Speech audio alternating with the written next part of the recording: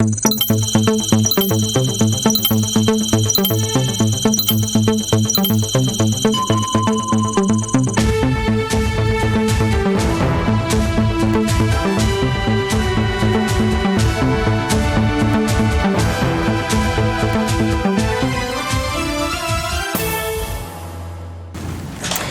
président du FASO a rencontré hier les membres du Conseil supérieur de la magistrature. Le point des actions de la justice en 2020 a été fait suivant son besoin d'indépendance et de complémentarité avec les autres pouvoirs. Premier conseil d'administration de l'année du ministère de l'économie, des finances et du développement. L'accent est mis sur la stratégie de relance économique face au Covid-19 et à la crise sécuritaire, on en parle. Et puis, nous recevons dans ce journal Salif Sanfo, ambassadeur bonne volonté, eau, hygiène et assainissement pour IRC, engagé donc dans la lutte contre le Covid-19 à travers la campagne Mes propres bonne santé. Elle prend fin aujourd'hui. On discute de tout le déroulé avec l'invité. Bonjour, nous recevons dans ce journal Salif Sanfo, ambassadeur bonne volonté, eau, hygiène et assainissement pour IRC, engagé donc dans la lutte contre le Covid-19 à travers la campagne Mes propres bonne santé. Elle prend fin aujourd'hui. On discute de tout le déroulé avec l'invité. Bonjour à tous et bienvenue dans ce journal. Nous l'ouvrons donc par l'entretien qui va aborder la tenue de la campagne Mes propres bonne santé et la durée, donc 6 mois et prend fin aujourd'hui. Bonjour donc Salif Sanfo. Bonjour Sonia Cocti. Merci d'avoir accepté notre invitation. Vous êtes donc ambassadeur de bonne volonté eau, assainissement, eau, hygiène et assainissement pour IRC. Exact. Alors, vous avez tenu cette campagne, plusieurs activités durant cette campagne et qui a duré 6 mois. Exactement. La campagne a duré 6 mois et elle concernait les villes de Ouagadougou et de Banfora.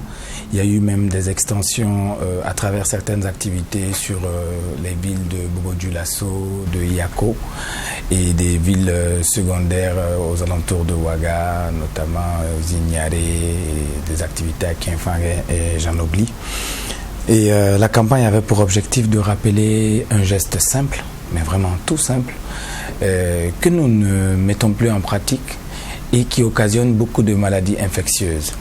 Et la Covid ou le Covid selon le sexe de la maladie, mais je pense que le plus important c'est de se prémunir. C'est en même temps, ce fut une opportunité pour tous ceux qui sont dans le secteur de l'eau, l'hygiène, l'assainissement, pour rappeler aux gens l'importance de ce geste simple.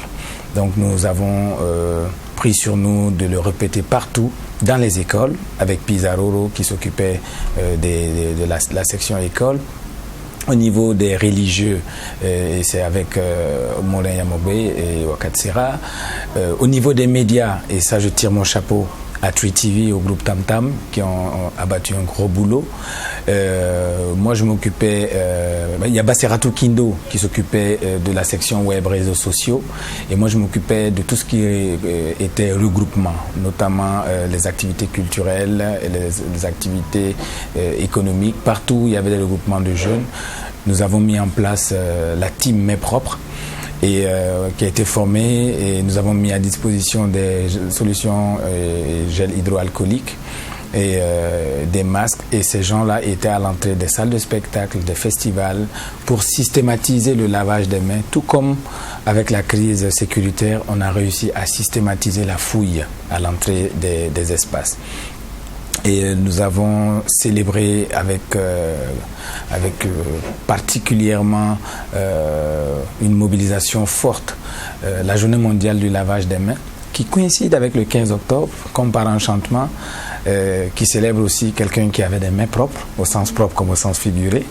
Donc, et nous avons vraiment été accompagnés par beaucoup d'acteurs culturels, des acteurs du monde de l'enseignement, du monde de la santé, des acteurs du monde de l'artisanat. Et aujourd'hui, c'est avec un pincement au cœur que nous clôturons la campagne Mes propres bonne santé, mais je reste convaincu que ce n'est que la fin d'une phase et le début certainement d'une nouvelle phase de ce projet. À travers les différentes activités que vous avez mises en place, quelle a été la particularité dans votre intention pour vraiment automatiser le lavage des mains chez toutes les personnes que vous avez rencontrées? Vous savez, tant qu'on ne systématise pas le lavage des mains partout où nous sommes, non seulement on est très exposé à la maladie à coronavirus, mais aussi à d'autres maladies infectieuses. Je prends juste une maladie que tout le monde connaît, qu'on a baptisée Apollo, la conjonctivite. C'est juste la salutation. Vous savez, nous sommes quand même assez chaleureux dans notre manière de fonctionner, que la salutation est devenue... ne pas se saluer, c'est très difficile. C'est frustrant. Voilà, c'est frustrant et tout. Mais bon, on dit en Moré... Si la rivière change de cours, que le crocodile aussi puisse changer voilà, de position pour pouvoir rester dans l'eau. Sinon, tu sortiras hors de l'eau. Donc, il y a des gestes aujourd'hui qu'on appelle les gestes barrières qu'on est obligé de respecter. Tout comme il y a 30, 40 ans, on a dit qu'il faut mettre des préservatifs pour éviter des maladies sexuellement transmissibles. C'était inimaginable à l'époque de nos parents d'imaginer des relations avec des préservatifs. Mais il n'y avait pas le problème. Aujourd'hui, le problème, il est mondial. Et le problème, c'est que, oui, il y a une légende qui dit que ça ne tue pas les Noirs. Il y en a qui sont bien bâtis. Hein, nous ne sommes pas tous pareils. Vous pouvez avoir un organisme en béton et vous pouvez faire la maladie du début jusqu'à la fin sans même montrer des symptômes. Mais combien de personnes contaminent d'autres personnes qui, eux, sont fragiles, notamment les personnes âgées, notamment les personnes vulnérables, les malades, les diabétiques, ceux qui ont des maladies respiratoires. Donc ça veut dire qu'on assiste à des homicides involontaires sans nous en rendre compte, tout simplement parce qu'on veut se jouer les bandits, les courageux. Et souvent, on a même honte de mettre le masque ou de se laver systématiquement les mains parce qu'on donne l'impression d'avoir tellement peur de la mort qu'on est en train de... Pourtant, c'est juste une question de responsabilité. Oui. Et nous devons tous nous responsabiliser vis-à-vis de cette nouvelle situation. Et sincèrement, cette campagne nous a permis nous-mêmes, moi personnellement, le jour où on me formait en lavage des mains, je me moquais de moi-même. Parce qu'à 40 ans, on va t'apprendre à te laver les mains, mais c'est pour dire que c'est devenu tellement simple et tellement normal qu'on ne le fait plus. Combien de gens mangent le pain comme ça, sans même se laver les mains? Combien ramassent leur pain ou leur nourriture qui est tombée, qui juste le dépoussière et puis le mangent. Donc c'est devenu tellement banal qu'on ne se rend pas compte. C'est vrai que ça a dû transformer notre métabolisme et renforcer notre système immunitaire, mais nous ne connaissons pas aujourd'hui la question des variantes de ce virus-là. Et comme on dit une fois de plus à Moré, bomba nuir gatawoko. Si on se rend compte que c'est un problème hyper dangereux, mieux vaut s'en éloigner le plus possible et prendre des précautions pour éviter de tomber dans l'irréparable. Oui, voilà. Donc vous avez pris beaucoup de précautions à travers plusieurs activités de sensibilisation sur les réseaux sociaux, à travers des activités culturelles. Exact. Qu'est-ce que vous avez obtenu à travers toutes ces activités-là comme... En termes de bilan chiffré, je peux vous dire que la campagne a permis 5400 passages de messages de sensibilisation sur 7 stations de radio locales, dont votre radio, 1450 passages de messages de sensibilisation sur 6 chaînes de télé locales, 234 panneaux publicitaires. Personne à Ouagadougou ne peut dire qu'il n'a pas encore rencontré une pancarte 12 mètres carrés, mes propres bonne santé. C'était à Ouaga et à Banfoura. 85 événements, et ça c'est au moment où on faisait le dernier rapportage au deuxième, avant la fin de l'année. Mais je pense qu'aujourd'hui on est à plus de 100 événements culturels couverts avec des messages de sensibilisation et le positionnement systématique de la team Mes Propres. Nous avons 24 écoles primaires et 180 classes qui ont bénéficié de la sensibilisation et de la formation des maîtres, donc des enseignants, et ensuite de la dotation de lave-mains. Et les enfants, avant de rentrer en classe, se lavaient les mains. Quand ils vont aux toilettes, au retour, ils se lavaient les mains. Et c'était ludo-éducatif.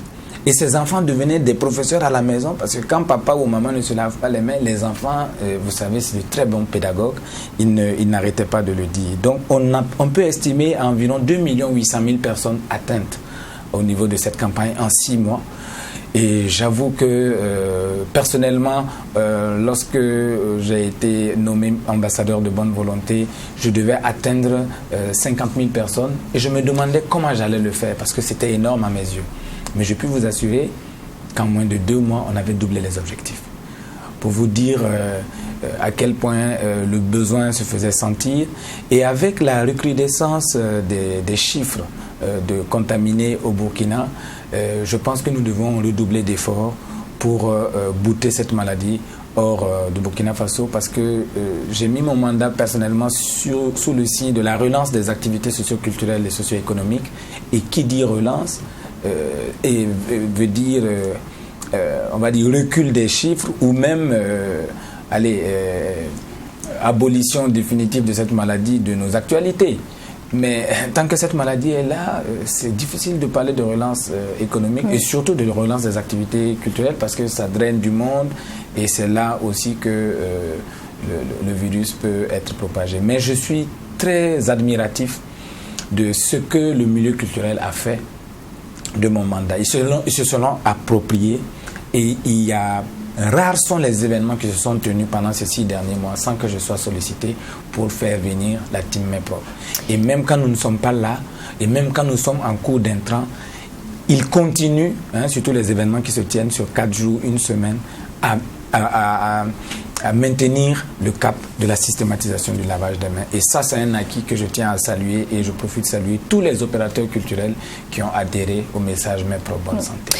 Alors rapidement, vous avez le nombre de personnes que vous avez touchées, qui ont reçu votre message, mais est-ce que vous avez peut-être pensé à une stratégie pour mesurer l'impact, vraiment combien de personnes ont changé leur comportement après avoir reçu votre message?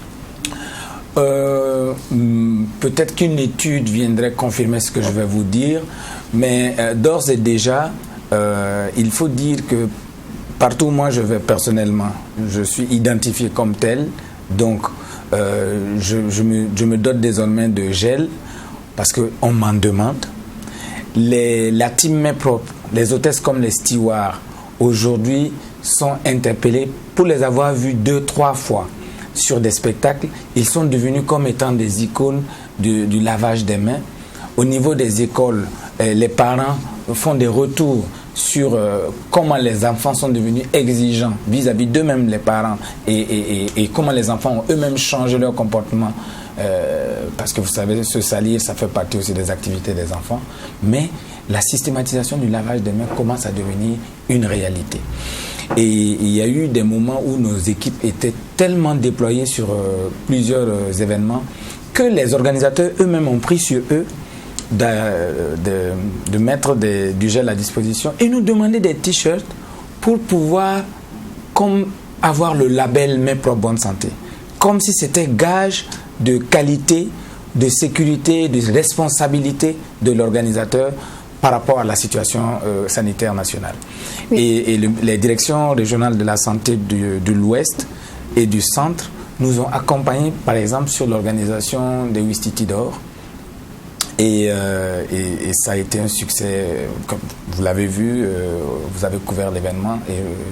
Et personnellement, le projet finit aujourd'hui, mais je m'engage et j'espère avoir cette fois-ci des soutiens nationaux, des soutiens endogènes pour continuer le combat. Parce que nous avons eu cette campagne avec des financements extérieurs et je pense que nous avons aussi des opérateurs économiques, nous avons des sociétés responsables qui peuvent nous aider à continuer le travail en nous aidant, en nous dotant de gel, en nous dotant de masques, en faisant qu'on reste présent malgré la fin du financement acquis qui était pour 6 mois, pour continuer à combattre cette maladie et pouvoir véritablement renouer avec nos activités en toute quiétude. Merci beaucoup Salif Sanfo. Vous êtes donc ambassadeur de bonne volonté eau, hygiène et assainissement. Pour clore rapidement cet entretien, je vais vous demander peut-être, vous avez besoin de préciser que la campagne prend fin, mais que absolument ce n'est pas le cas pour le lavage des mains.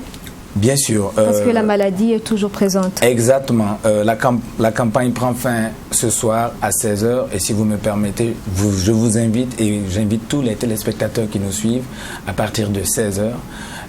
Heure limite d'arrivée 15h30. Nous avons eu la chance et l'honneur d'avoir été acceptés par la première dame. Donc elle sera là pour marquer son adhésion à cette campagne.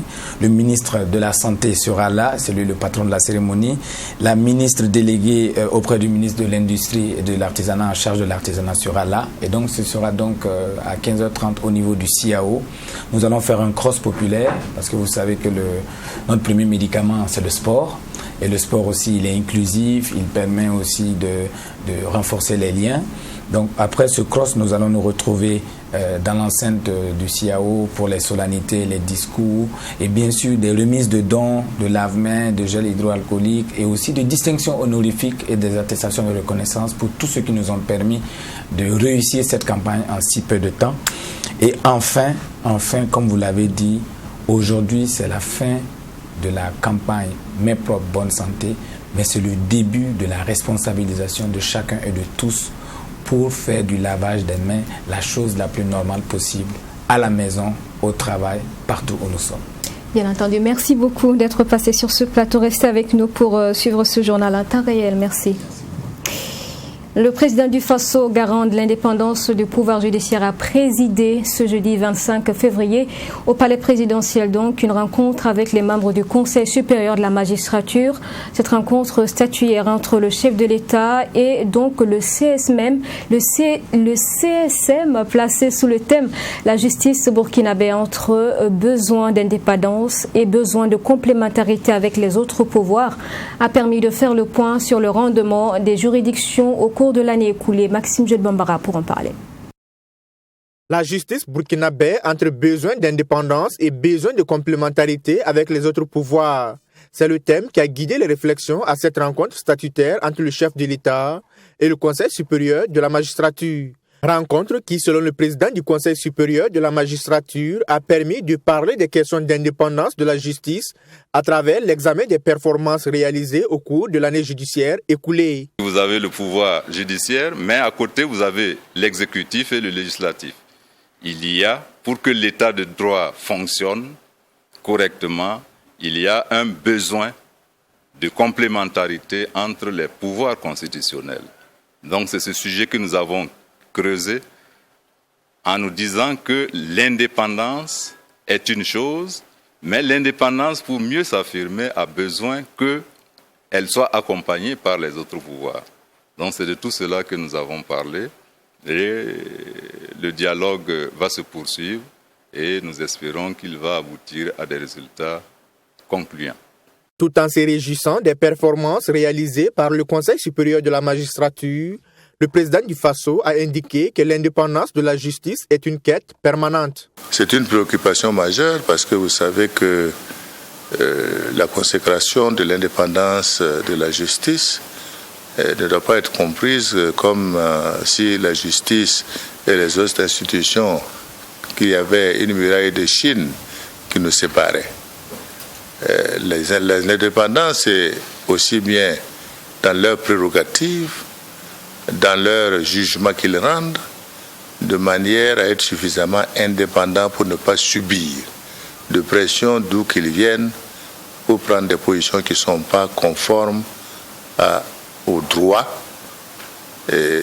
qui est appliqué dans notre pays. Selon le président du Faso, garant de l'indépendance de la justice, toutes les difficultés qui empêchent le bon fonctionnement de la justice ont été examinées en vue de permettre à la justice de jouer pleinement son rôle. Cette session statutaire entre le chef de l'État et le Conseil supérieur de la magistrature, qui s'est tenue en différé à cause des élections présidentielles et législatives, trouve son fondement dans l'article 131 révisé de la Constitution. Le ministère de l'Économie, des Finances et du Développement a tenu hier jeudi son premier conseil d'administration du secteur ministériel. Cette rencontre s'est intéressée à la stratégie de relance économique dans un contexte de crise sécuritaire et sanitaire, un cadre donc de recherche de solutions pour rendre l'économie plus résiliente. Abdramini.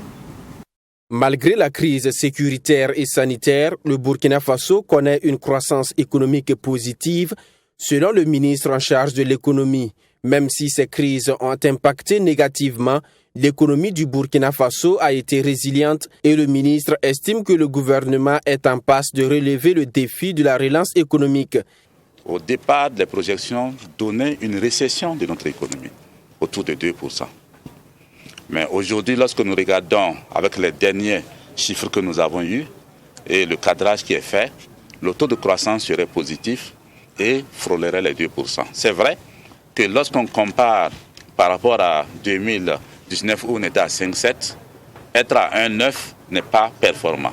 Mais si on le situe dans le cadre global des pays même de l'UEMOA, on peut féliciter le Burkina qui, malgré la crise sécuritaire et en plus de cette crise-là, a pu donc avoir une croissance positive. Donc on peut dire que globalement, l'économie burkinabé a été résiliente et arrivera certainement à remonter la pente.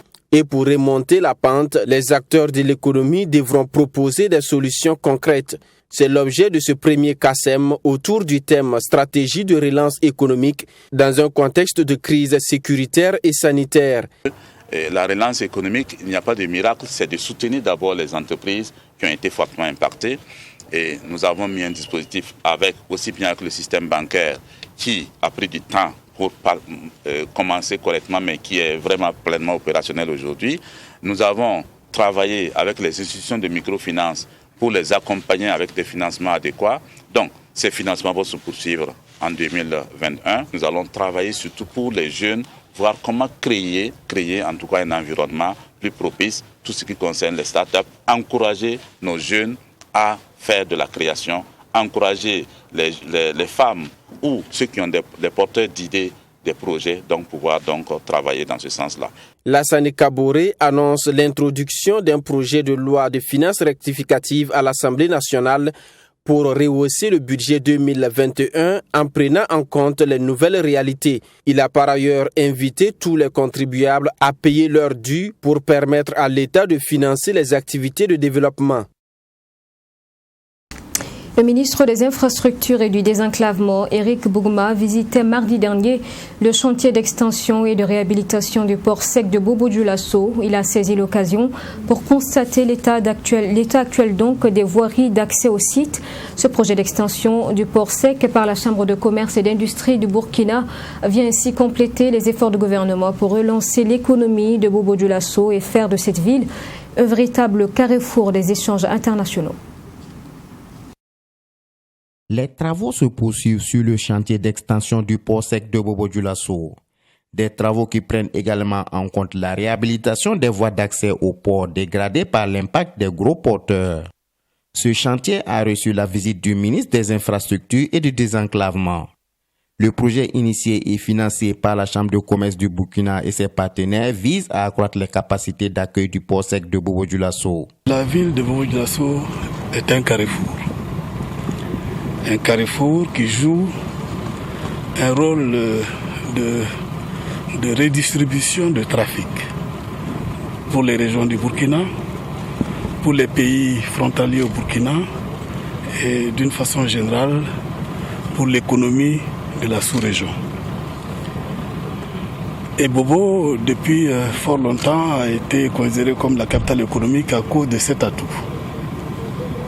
Alors, si nous n'anticipons pas et que le gouvernement ne prend pas l'initiative de prévoir les infrastructures qui peuvent permettre de rendre la ville de Bobo attractive, il est évident, quelle que soit votre position, si vous n'avez pas des infrastructures qui peuvent recevoir l'évolution aujourd'hui du trafic, l'évolution du trafic de chemin de fer, c'est peine perdue. Un projet qui aura une portée positive sur le tissu économique de la région des Hauts-Bassins, en particulier le Burkina Faso.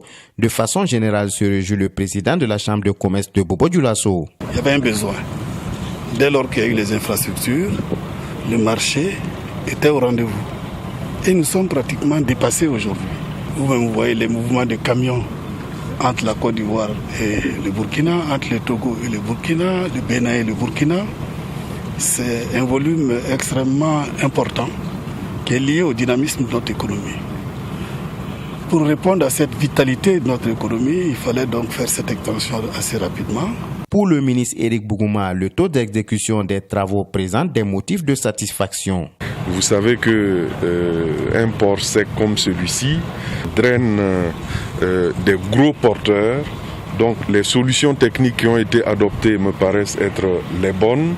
Il faut que dans sa mise en œuvre, on puisse effectivement respecter l'ensemble des normes, également faire l'exécution selon les règles de l'art. Cette deuxième phase de réalisation de projet sera bâtie sur une superficie de 21 hectares et coûtera environ 10 milliards de francs CFA. Elle permettra au port sec de passer à une superficie de 40 hectares.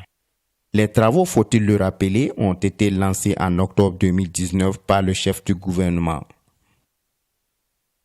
Une correspondance donc de Joseph Koudougou. La ministre en charge de la femme était ce jeudi face à la presse pour faire le point sur l'organisation pratique de la célébration de la 164e Journée internationale de la femme, célébration placée sous le thème Inclusion financière par le numérique pour un développement économique de la femme, défis et perspectives. On fait le point de cette sortie médiatique avec Serge Badou.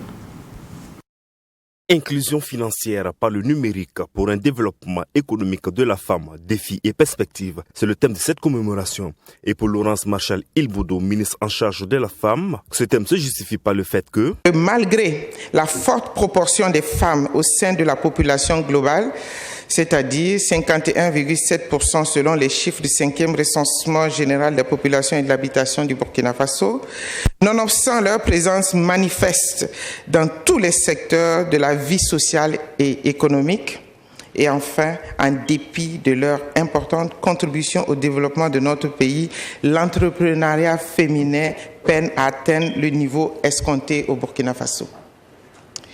Parmi les facteurs explicatifs de cet état de fait figure l'épineuse question de l'accès des femmes aux services financiers. Cette situation est exacerbée par un contexte actuel marqué par l'insécurité grandissante et la pandémie du coronavirus. 4 activités phares sont prévues pour la 164e Journée internationale de la femme, selon le ministre en charge de la femme, de la solidarité, de la famille et de l'action humanitaire Laurence Marchal-Ilboudo. Il s'agit de... Les activités phares ont été programmées. Il s'agit notamment d'une cérémonie de lancement du numéro vert de dénonciation des cas de violence basés sur le genre prévu le mardi 2 mars 2021 dans la salle de conférence de Ouaga 2000. La mise en place de ce numéro vert nous est apparue nécessaire par le fait que la recrudescence des cas de violence basés sur le genre enregistrés à travers le territoire national, particulièrement dans les zones à fort défi sécuritaire. Il s'agit également de la tenue d'un panel sur le thème national de la commémoration qui aura lieu le samedi 6 mars 2021 dans la salle des banquets de Ouaga 2000.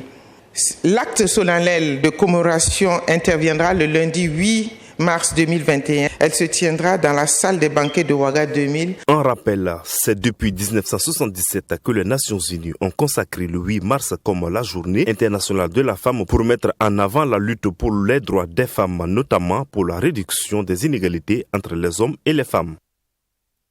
Et le sport dans ce journal, CAN des moins de 20 ans, les étalons juniors ont malheureusement été éliminés en quart de finale par l'équipe ougandaise.